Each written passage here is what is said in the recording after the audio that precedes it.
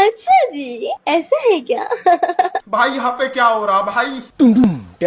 तो भाई अगर तुम अपने वीडियो में ऐसे साउंड इफेक्ट्स का यूज नहीं कर रहे हो तो बहुत बड़ी बेवकूफी कर रहे हो।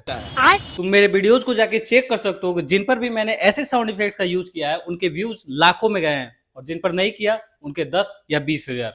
बात तो सही है। तो अगर तुम भी चाहते हो कि तुम्हारे वीडियो पे लाखों में व्यूज आए तो ऐसे साउंड इफेक्ट का यूज अपने वीडियो में करना स्टार्ट कर दो। और अगर तुम ये जानना चाहते हो कि ऐसे साउंड इफेक्ट्स मिलते कहां से हैं तो उसका वीडियो मैंने ऑलरेडी डाल रखा है, तो जाकर चेक कर लो। और इस ट्रिक का यूज करने के बाद अगर तुम्हारे वीडियो पे लाखों में व्यूज आए तो आकर सब्सक्राइब कर देना।